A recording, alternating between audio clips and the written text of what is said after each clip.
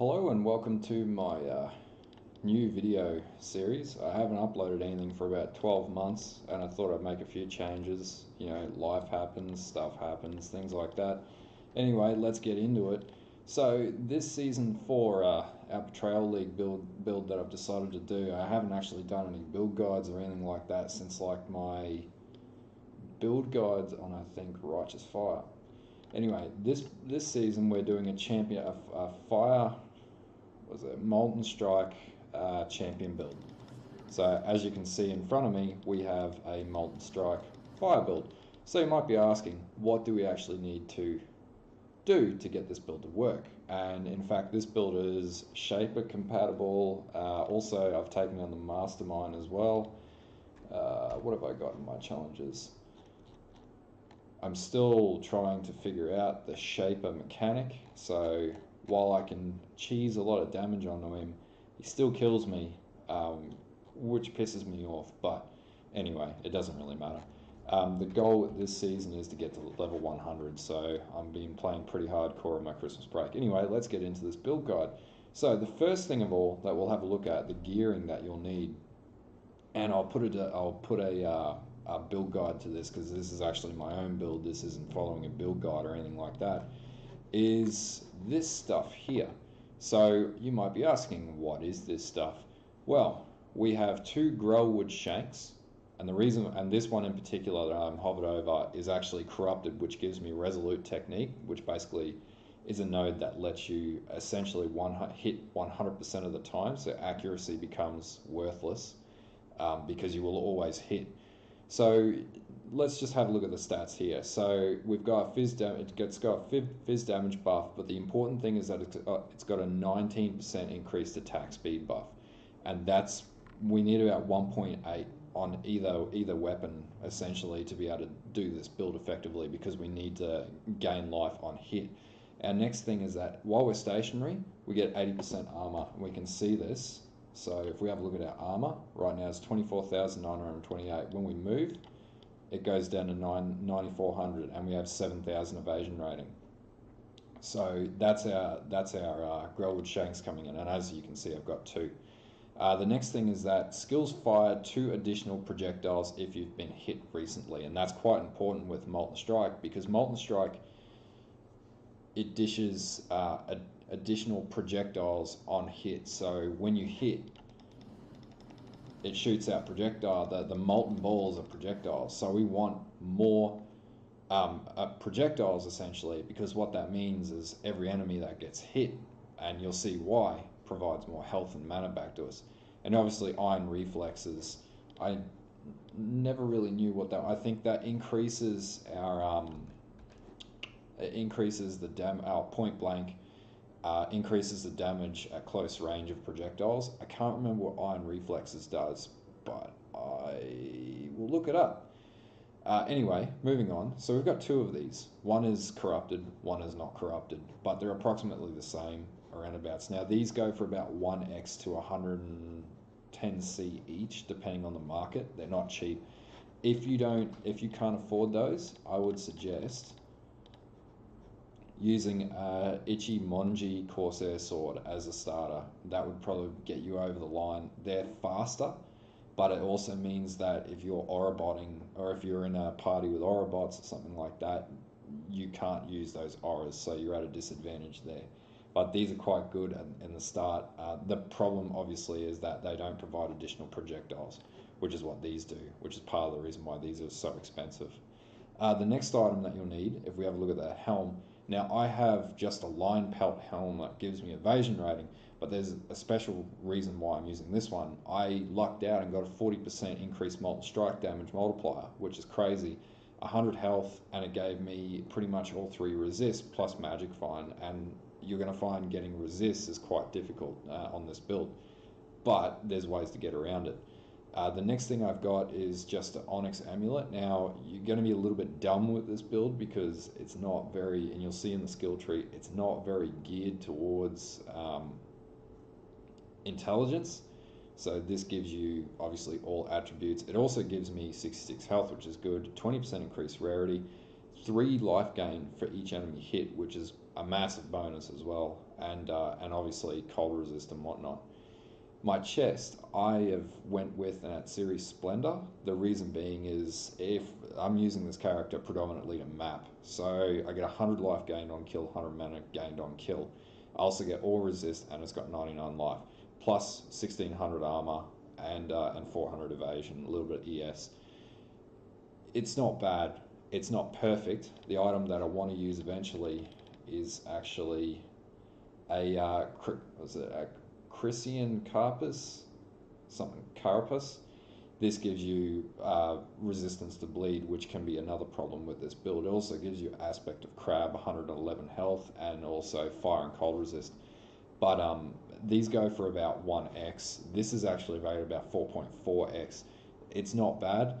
If you're just looking for chest armor for the interim, I would use something like this Viper curtain that I was using for quite some time. You basically just want resist for everything and about 90 HP to get your HP up. Next of all, Thief's Torment, Prismatic Ring. Now you can only use one ring, but it gives you 58 life gain for each enemy hit. Now you've got to remember you're using projectiles, so each projectile that hits every single enemy around you provides 58 life on hit. So you actually leech really quickly, and I'll show you right at the end of this video of how this works. This also gives you 16% all element resist and 15% increased quantity of items found. Plus, I think its explicit mod is 9% to all elements in this ring that I'm using. So this is a pretty high roll. It's not a bad roll at all. For my legs, I am using Kalim's Roots, mainly because of the health. Now, I'd like to get a better roll than 189, something closer to 200, but it gets more expensive. The reason why I'm using this is you can't be knocked back, and unwavering stance means you can't be stunned, and I don't know if that stops you from getting frozen, but it definitely helps when it comes to taking cold damage. Also, your speed never decreases below base, so you can move quite fast like this. So the next thing I've got is the Nomad Studded Belt. So this gives me 24% all elemental resist, and also gives me 40% increased projectile attack damage over 200 dex. Also gives me 44 strength, 50 dex, 50% increased flask charges gain, and 39% increased global fizz. Global fizz is good, and I'll explain why when I go into the gems next. So next of all is the Dreadknuckle Antique Gauntlets, which I'm using. These are just gauntlets with a shitload of health and fire resist, and I've had to roll intelligence on this because my character's dumb. I've also got magic find, so it doesn't really matter so much. The gauntlets, some people can change, you can change them out to different things, but these are good enough for what you need. Flasks I haven't really focused on, but the biggest thing is just trying to get things with increased recovery rates, bleed resist, and amount recovered. And I always keep armor, even though I don't need armor. I would like to get, I think it's a Vinctors, I can't remember, but yeah, that's what I want. So looking at gems, so we'll look at gems next, and then I guess we'll do skill tree. So gems, just on my Growled Shank, I've got Whirling Blades with blood magic and faster attack support. Obviously that means you can keep moving even though you're out of mana, and we're running with nearly a fully reserved pot. My helmet, I've got Herald of Purity, and then I've got on top of that ancestral corrupted ancestral war, or Val ancestral war chief with culling strike and faster attacks. Now that does apply to your sentinels that spawn from your Herald of Purity, so they'll do more damage. And Herald of Purity is good because you'll see soon that our fire damage stacks off our physical damage, so that's as additional fire damage. The next thing on my next Growlwood is Poacher's Mark, Blasphemy, and Herald of Ash. So I've only switched from Anger to Herald of Ash. You get an additional 15% of your damage dealt as extra fire damage. You get burning damage, plus you also get overkill damage from that burn, and that's what you really need. And that 15% is stacked off of your physical damage, which is part of why having Herald of Purity is important, because that actually buffs up your 15% from Herald of Ash. Now, Poacher's Mark, it increases your flask regeneration, gives you frenzy charges quicker as well on killing enemies, and gives you life on hit and mana on hit, which is what this build is essentially built from. Um, so for our chest, we have Molten Strike, we have Combustion, and the reason why I've got that is it drops 19% of fire resistance. Concentrated Effect, Multi-Strike, added fire damage, and Ancestral Call support. The other thing is you will swing when you're taking bosses down to cheese more damage. As you can see, 45k right now with Ancestral Call, but I have a level 20 elemental damage with attacks, which gives me 54% increased elemental damage. So you'll see we'll go from 45 all the way up to 78, and that's unbuffed without charges or anything else. So that's essentially our chest. And finally, we'll need cast when damage taken. You're only going to want about 1 to 4 on that. Temporal Chains, Blood Rage, and Immortal Call, and that'll just give you more survivability. We'll just chuck this back in here. Alright, so now if we look at our skill tree. Alright, so as you can see, we're coming down from the duelist line here. We're picking up these Fizz attack nodes. Don't pick these up straight away, pick these up later down the track when you're allocating points out further. So when I first did this, I pretty much moved down to Master of Arena, picked up these life nodes down to Art of Gladiator, Mana Flows as well because you need the intelligence. I went down, I picked up Dervish, and then I went down, all the way down, and picked up Ambidexterity. And then obviously I then moved back up here, shifted down, picked up Golem's Blood, also picked up these nodes here. Now the first gem link that you want to get this pretty early on if you're using Molten Strike, is Wildfire. And the reason why is it gives you 14% increased damage, or whatever the roll is, I think it's 10 to 15%. It also gives you 2 additional projectiles and increased area of effect, so it makes your Molten Strike projectiles more powerful. Then we'll want to move across here. We want to pick up this Wisdom of the Glade. We'll pick up these health nodes here for Thick Skin. We'll pick up Fencing, which gives you more one-handed damage. Now, it's debatable. I actually need to respec this a little bit because, yeah, unless you're running Critical Strike, you won't need these nodes. Noticing this now, I should actually pick up these melee damage multipliers here. Originally, I was running a cast on crit build, which didn't actually work. So you would want to pick up one-handed melee down to Fencing. Then you want to move up, pick up Quick Step into Finesse.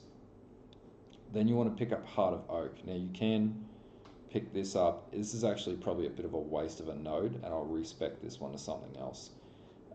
Then Aspect of the Panther, and then up to Aspect of the Lynx, and then Herbalism, and you want the health nodes here.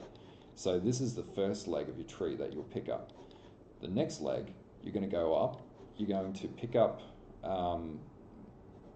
I've got a Watcher's Eye in here.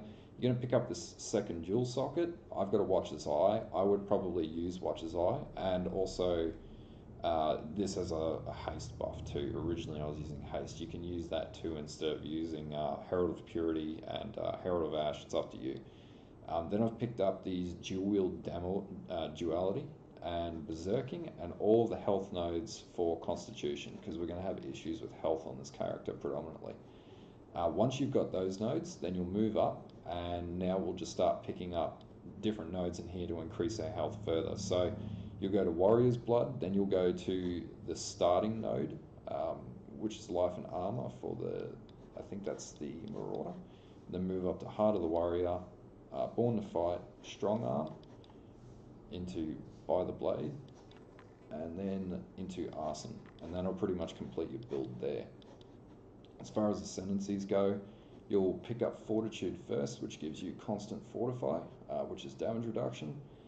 You're also going to get increased armor while you have Fortify and whatnot, so that's going to make you a lot more survivable. So in your first 2 lab runs, and then you'll pick up Conqueror and then Worthy Foe, which will give you, which means enemies taunted by you cannot evade attacks, which is essentially the same stat as what I have at Resolute Technique, just doing it a different way. Anyway, from there, it doesn't really matter which node you pick up. As far as your, just trying to find where it is. I can't remember the microtransactions. There's a lot of hotkeys in here. Weapon switch. Anyway, it doesn't really matter what. I think they're not God, but I can never remember the name of everything in this game. What the yeah, it doesn't matter. Anyway, from all those stats, what we can see is we have max resist, we have life on hit, which is going to be 61 plus the 20 on here. Now I don't think I have any leech on this, which sucks, but it is what it is. 5 projectiles to fire at base. Now they go 2 plus 2 on top of that, so that's going to get up to 9 projectiles. Plus I've got ancestral call support, which is going to increase that further. And then yeah, that's pretty much the build. I'll do a guide because this is a little bit hard to listen to me right now and then follow all of this. And if I've been speaking quickly, I'm sorry about that, but we'll just do a quick map and I'll show you how this build actually works in a map. So let's just do a level 8 Mud Geyser map. So this map's all the way up to Elder Map Tier 16 maps, and also can do shaper content, can do pretty much all the content in the game, this build. So we'll just load in.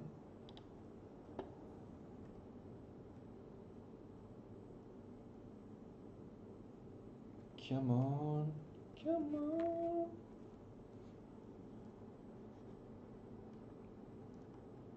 If it doesn't lag all the way out. Come on, go in, go in, do it. Alright, it's a little bit choppy. Anyway, always happens when I load a map for the first time. As you can see, it just creams its way through content. So as far as mapping goes, this is a very strong mapping build.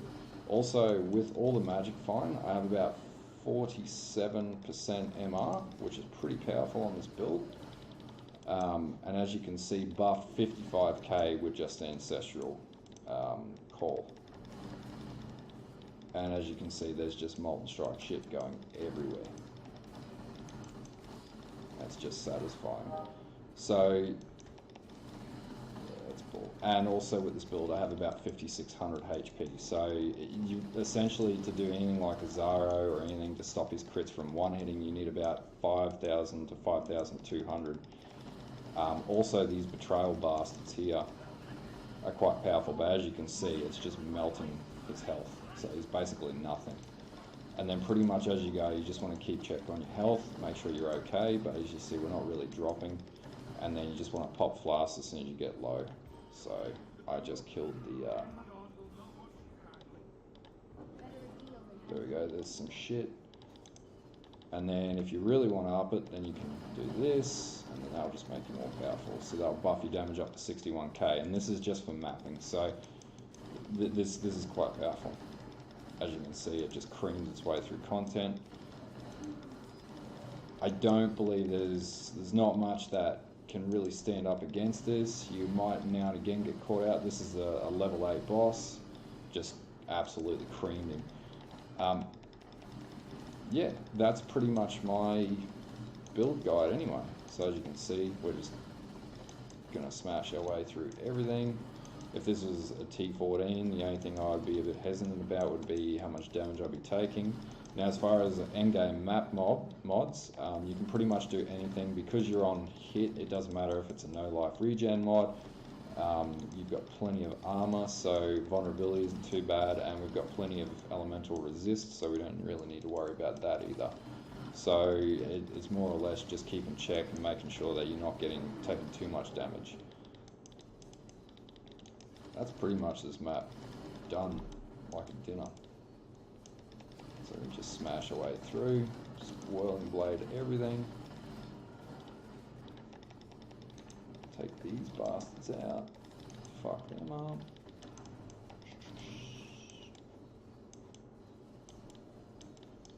Alright, for the case of example, anyway, that's pretty much it.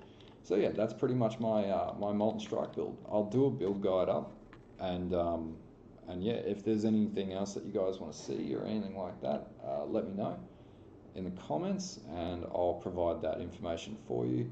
I'll try and clean this up a little bit and provide a little bit more info about anything else. I'll do a comprehensive build guide. I don't think there is a build guide that mimics this. I think a lot of people play this as either like the the Juggernaut or something like that. I decided Champion because I like the constant fortify. It's essentially like having a 7 link on my soccer. Well, it is a 7 link in that on that case. Anyway, if you like this content, like and subscribe. And I'm going to be trying to start up a Twitch channel soon as well. So I've started getting that in place. So if you want to see more content or see me mapping or whatever, then feel free to go to my Twitch, and I'll put my Twitch link in the comments as well. Also, any other content or any other questions about the game in general, I can provide information about for you, or assistance, or any other stuff like that. Let me know. I've got 1,700 hours played of this, so if people need advice or anything like that, or where to go for this, then I'm pretty sure I can guide you in the right direction. Especially new starters. This game is very hard, and I know exactly how hard it can be because I came back to it a couple times when I first started playing it. So if you're a new starter, then definitely message me in the comments, and I'll start monitoring everything. Anyway, like and subscribe, and thank you for watching.